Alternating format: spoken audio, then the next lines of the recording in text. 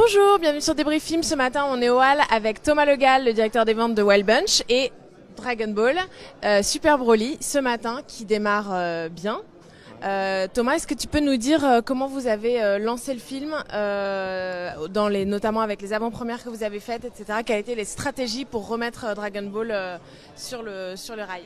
Alors sur Dragon Ball, le film est sorti en décembre au Japon, il est sorti aux États-Unis en janvier.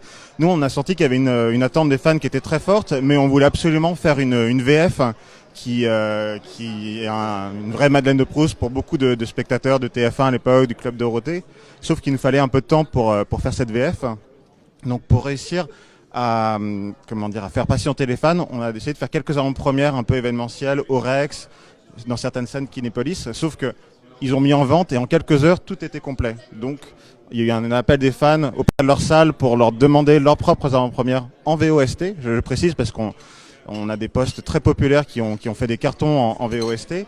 Et de fil en aiguille, sans affiches, sans bande-annonce, on a réussi à faire quasiment 100 000 entrées en avant-première un jeudi soir, le 24 janvier, sur 200 salles.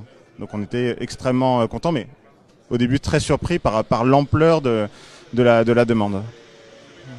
Bon, super. Et du coup, vous avez, côté marketing, tu as des choses à nous dire ou... Alors, l'avantage, c'est que Dragon Ball, c'est une licence qui est connue mondialement. Il y a beaucoup de choses qui se passent autour de Dragon Ball, au niveau des jeux vidéo, au niveau de cartes collector, de figurines. Tout un travail qui est fait là-dessus. Donc, on a pu sortir le film conjointement avec d'autres partenaires, ce qui a permis de faire des opérations marketing assez spectaculaires, comme un train Ouigo qui était siglé aux couleurs de Dragon Ball, qui faisait Paris-Marseille. On avait un affichage événementiel en gare de Lyon aussi, des grandes affiches, des 4x3 dans toutes les gares de France.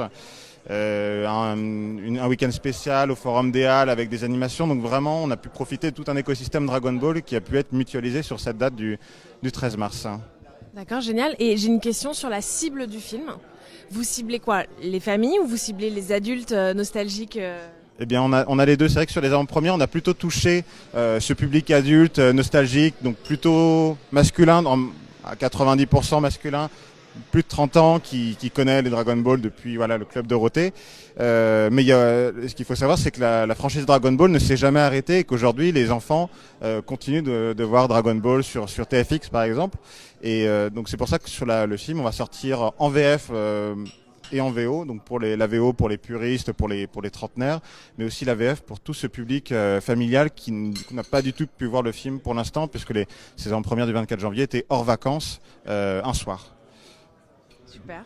Merci beaucoup Thomas et merci Dragon Ball. Je vous dis à très vite sur Débrief Film et bonne semaine à tous. Au revoir.